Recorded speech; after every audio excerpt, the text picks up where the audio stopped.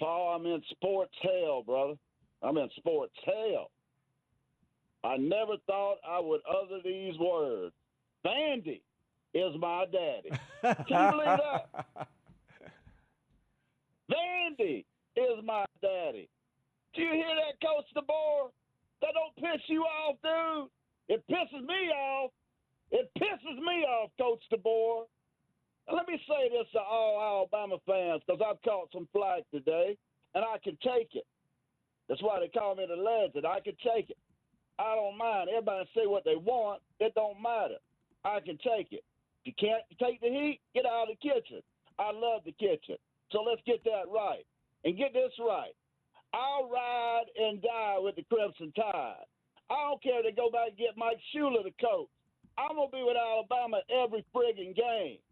But that don't mean I can't be pissed at what I seen Saturday on the field. Alabama don't lose to Vandy. We don't lose to Vandy. That is friggin' pathetic, Coach DeBoer. 40 years, dude. 40 years. Bill Curry didn't lose to Vandy.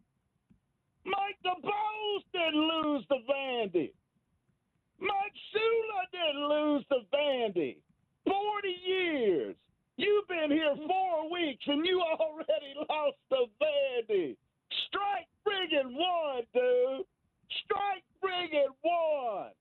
The honeymoon's not only over, but we need some serious marriage counseling between me and you, dude. Let me tell you how pissed I am, Paul. Can I tell you, brother? I wish you would. Go right ahead. My neighbor gave me a picture of Coach DeBoer last Thursday, a signed picture, 8x12 in a frame, and I put it in the fire pit Saturday night at midnight and set a match to it. You burned it. I burned it. I apologize to Nick Saban for putting a nail next to him and putting it next to him. 40 years, dude. You've been here 4 weeks, and you already lost to Vandy. And let me tell you something. I'm really unimpressed with your press conference. I mean, you act like it's one game. No, it ain't one game, dude. It ain't one game. You ain't at Washington no more. You ain't at Prairie View, wherever the hell you was. You ain't there no more, brother. You at Alabama. You're at Alabama, and we don't damn lose to Vanderbilt. That's pathetic. I've had people tell me today, well, Coach Saban lost his first-year legend. I said, man, don't even come at me with that bull crap, because that's a bunch of baloney. John Parker Wilson was the quarterback for Nick Saban's first year.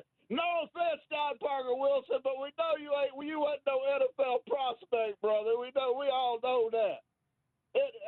Come on, you can't even compare them. You got the Heisman Trophy front runner, Lynn Swann, out there at wide receiver, and you get beat by Vandy. It's pathetic, dude. It's pathetic. You better wake the hell up and realize where you at, because we don't play that down here, brother. You might get away with that in Washington, but down here in Alabama, we don't play that. We'll send a U-Haul to your ass if you lose to South Carolina. You better stop worrying about last week's game and get your ass focused on the game coming up at Alabama. The honeymoon's over. Wake the hell up.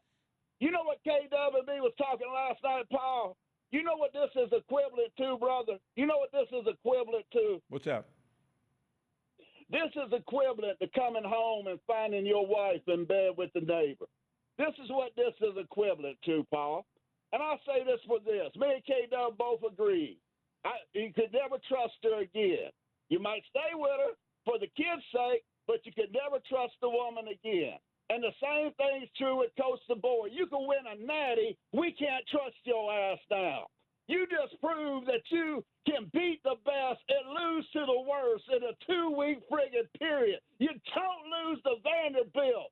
That's the ugliest little sister on the block. You don't lose to Vanderbilt. You just don't friggin' do it, dude. And let me say this about Malachi Moore. I wish you'd have kicked it through the upright. I got your back, Malachi. Everybody putting you down. That's a shame. At least somebody's got some fire. At least somebody got upset about it. I didn't see much fire out there. I didn't see much folks getting upset. At least, Malk, I wish he'd have kicked it up in the damn coach's booth and knock our sorry-ass defensive coordinator out. That's what I wish he had done. What the hell are you doing, Womack? 67 points in 6 quarters, dude. I ain't seen a cornerback blitz. I ain't seen a safety blitz. We just let this little guy, this little 5'8" Johnny Manziel, sit back in the pocket and make a fool out of Alabama. 17 friggin' plays, dude.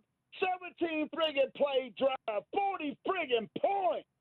You ought to be ashamed of yourself. Somebody get me Pete Golden on the phone. See if we can get Pete Golden's ass back down here. Because your ass sorry than Pete Golden's, dude. You little 4-2-5 defense. What the hell is that? A swarm defense. The only thing swarming is the opponent celebrating in the damn end zone.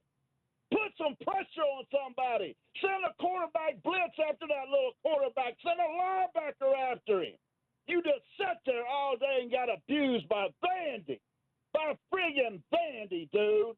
It is friggin' pathetic. We are Alabama. We don't lose to Vandy. Understand, Coach DeBoer. Wake the hell up. We don't lose to Vandy. Strike friggin' one. The honeymoon's over, and we need some damn marriage counseling. Legend has left the damn building. Well, you got a light. Feel like smoking a cigarette after that.